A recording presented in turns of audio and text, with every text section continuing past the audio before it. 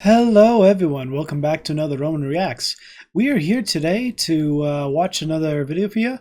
This one is a little bit different than normal. It's a history one, but it's actually one that ties in with a recent game that's been kind of having some controversy, which is the Assassin's Creed Hidden Shadows, the Japanese version, featuring a Japanese woman and Yasuke, who's a black retainer or a samurai, but there's a lot of historical inaccuracies given the fact that the people who created the Assassin's Creed series, the majority of the first, like half the games out there, were very historically were very true to their word with being historic, trying to create around the time setting and things like that. So this video, from Kings and Generals is the guy's name, talks about like this life story about the story of the African samurai in Japan, and yeah, we're going to be giving this a watch, having a go, and see what it's all about. Okay. Also, really quick before we continue, thank you all to the recent subs. I can't believe we are reaching further and further up there. I can't thank you guys enough for that, and I just want to say thank you. Thank you so much for wanting to continue to support and help me grow. So anyway, enough of that being said, let's just get on with it, shall we? Alright, we got that set and everything's all good now. So yep, it's going to be Yasuke, story of the African samurai in Japan. So no doubt he's going to have his own take on things, but I might share my own thoughts in the end, but yeah, let's just dive on in. 3, 2, 1.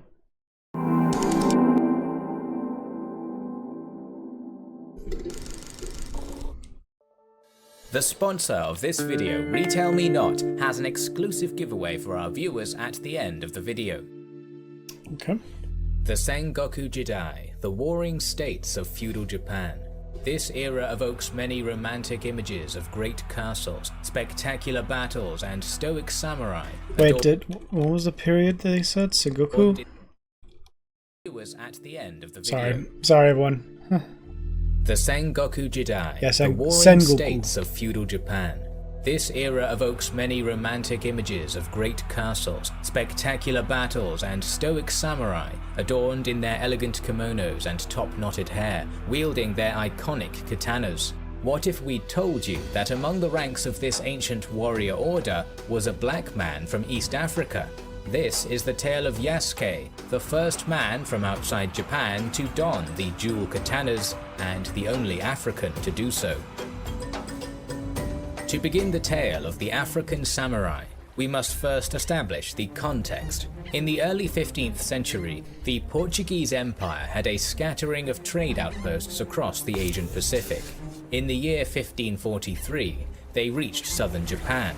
The Japanese relied heavily on the import of silk from Ming China, and as the relations between the two states were icy, and trade between the two was forbidden by the Ming Emperor, the Portuguese established a niche trade by buying silks in China and bringing them to Japan. These European merchants grew very rich as intermediaries between the two Asian heavyweights.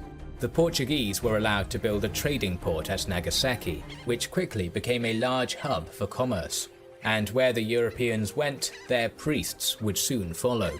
The Catholic Society of Jesus, also known as the Jesuits, established a significant presence in southern Japan. Their mission was to convert all Japan to Christianity, spearheaded by priests like Francis Xavier. At the height of their influence, several daimyo lords and over 200,000 Japanese were Christian, mostly in the Kyushu region. Of course, the Portuguese and their Jesuit compatriots were spreading their influence on other continents as well.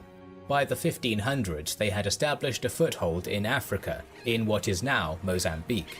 Here they became enthusiastic participants in the local slave trade, acquiring many poor souls from the local chiefs, who they would in turn ship out for labor across their maritime empire. That a dark-skinned man from Africa became a samurai in feudal Japan is considered a fact. However, we know very little about him. Details on his country of origin, early life, and even his original name are muddy at best. We know only the name given to him by the Japanese, Yasuke. The story we've chosen to depict here is our personal interpretation of the few pieces of information we have about his life. Okay. We have only theories for the origins of this mysterious man. Some say he was born around the year 1555 in Mozambique, which at the time was being colonized by the Portuguese. He was most likely of the Makua peoples, a Bantu tribe, although some claim that he was from Ethiopia and belonged to the Habshi people. Either way, the saga of this East African man began in his childhood, where he was most likely enslaved and given to the local Jesuits.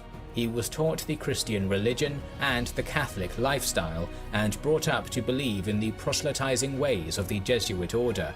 After some time, Yasuke was given to the Jesuit inspector Alessandro Valignano. Valignano's mission was to audit Jesuit activity in Japan, so he sailed east with his servants and slaves in tow. Thus, in the year 1579, the as yet unnamed man of East Africa first set foot on Japanese soil, behind the coattails of his Jesuit master. It is here we should briefly explain the Japan that he stepped into. The Warring States period, known as the Sengoku Jidai, was nearing its climax. Japan had been divided into many independent little fiefdoms in 1467. By 1579, however, most of these fiefdoms had been conquered by the ambitious daimyo Oda Nobunaga of the Oda clan and his vassal Toyotomi Hideyoshi. In 1581, Valignano brought his African servant into Kyoto, the beating heart of Japanese civilization and seat of Oda Nobunaga. The Bantu man had likely never seen a metropolis of such size and bustle, nor had the people of Kyoto ever seen anyone like him. When rumors spread of a giant man with skin like charcoal, the local Kyotans grew so curious that they broke down the door of the Jesuit church just to get a look at him. The African quickly achieved status as a local celebrity, for the common folk were astonished not only by his dark skin, but his size and height, as he stood a solid foot taller than the average Japanese man. The growing fame of this enigmatic foreigner eventually piqued the curiosity of Lord Nobunaga, who ordered the Jesuits to present the African to him. When they came face to face, Nobunaga was astonished. The warlord did not believe such a man could exist, and was convinced he was actually a Portuguese man who had his skin dyed with black ink. He had the African stripped from the waist up and be thoroughly scrubbed.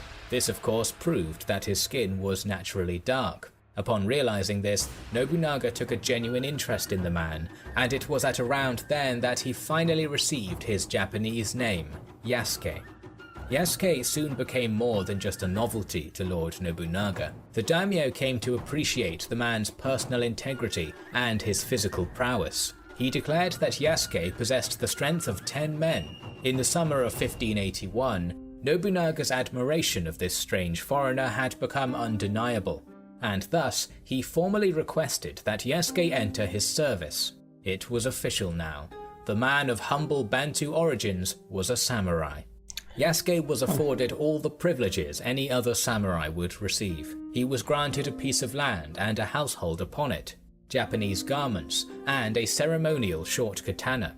It can be assumed that he was taught the Bushido code and how to fight as a samurai. Yasuke became one of Nobunaga's favorite servants, and was one of the few people afforded the privilege of dining with the great daimyo. Yasuke soon joined his new lord in his mission to conquer all Japan. He likely saw combat at the Battle of Tenmokuzan, fighting fiercely alongside Nobunaga's forces to destroy the Takeda clan. It was the first time any Japanese warrior had encountered an African in combat, and the strength and ferocity of Nobunaga's newest soldier was a thing to behold.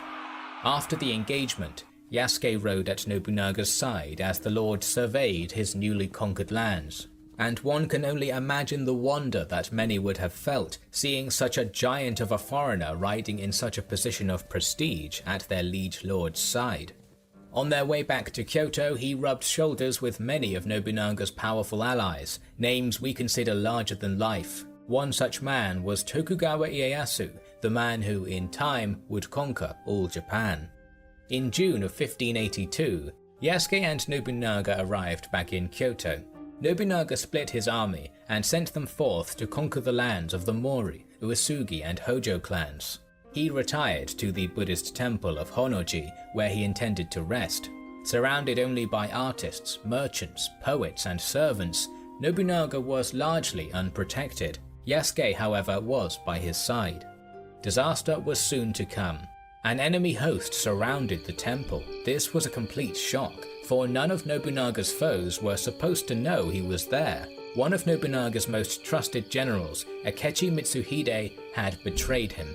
He took advantage of his knowledge that Nobunaga was vulnerable and laid siege to the temple where his liege lord stayed. The treacherous Mitsuhide stormed the temple with overwhelming numbers. Yasuke charged out, mounting a desperate battle against the odds, with only a few bodyguards and servants fighting by his side. He fought bravely, but to no avail. Amidst the chaos and fire, Nobunaga had to commit seppuku, honorable suicide, so as to avoid capture. Somehow, Yasuke was able to escape Akechi's clutches. He found a horse and rode hard for Nijo Castle, where Nobunaga's son, Oda Nobutada, had mustered his forces. Where he had failed to protect his lord, Yasuke was now determined to protect his son. He arrived just in time, joining the young lord's army just as the traitor Mitsuhide attacked them. Yasuke fought hard in the battle that ensued, once more engaging Mitsuhide's samurai and slaying many in the defense of young Nobutada, but once again it was for naught. The Oda forces were routed, and Oda Nobutada was captured and forced to commit seppuku. Yasuke too was captured and presented before Mitsuhide. The traitorous general had nothing but contempt for the black man, declaring him to be non-human, little more than an animal. Because he was not Japanese, Mitsuhide declared that Yasuke was not to be killed and instead sent to the Christian church in Kyoto. And thus, after serving as a noble samurai for over a year, Yasuke was returned to his Jesuit masters. Reportedly, the Christians eagerly praised God when reunited with the man. It would be a nice thing to believe that Yasuke's tale had something of a happy ending. Unfortunately, we don't know. All records of his existence fade away after this point, and we do not know what his ultimate fate was, whether he left Japan with the Jesuits or died on the islands. From humble beginnings on the east coast of Africa to the grandeur of the palaces of Kyoto, the rise of Yasuke from slave to samurai is a unique one, to say the least. He may not have been a samurai for long, and his influence upon the island nation may not have been as great as other foreigners who followed him, but his story serves as the inspiration for various pieces of media, such as anime like Afro Samurai and games like Nioh. Whether it be the man himself or what he represented, Yasuke enjoys a special place in the hearts of many Japanese people today, and is a wonderful story of what strange fates can be thrust upon the humblest of men. The sponsor of this video, Retail Me Not, is the ultimate destination for saving on your online purchases. It now has a Sorry, called Retail Me Not Genie that makes it easier than ever to save money when you shop online. Genie related to you. We will continue this two-part series with the story of William Adams, the English samurai. So make sure you are subscribed to our channel and have... Okay. I do apologize for skipping the end there, but that was unexpected, hearing about that, because in my head, and reading about this as well, he was talking about their interpretation, their belief on who Yasuke truly was, and then there's also pieces of media and things like that saying that Yasuke was actually just a novelty, just something for Oda Nobunaga to show off to other people. And for some reason, he had very little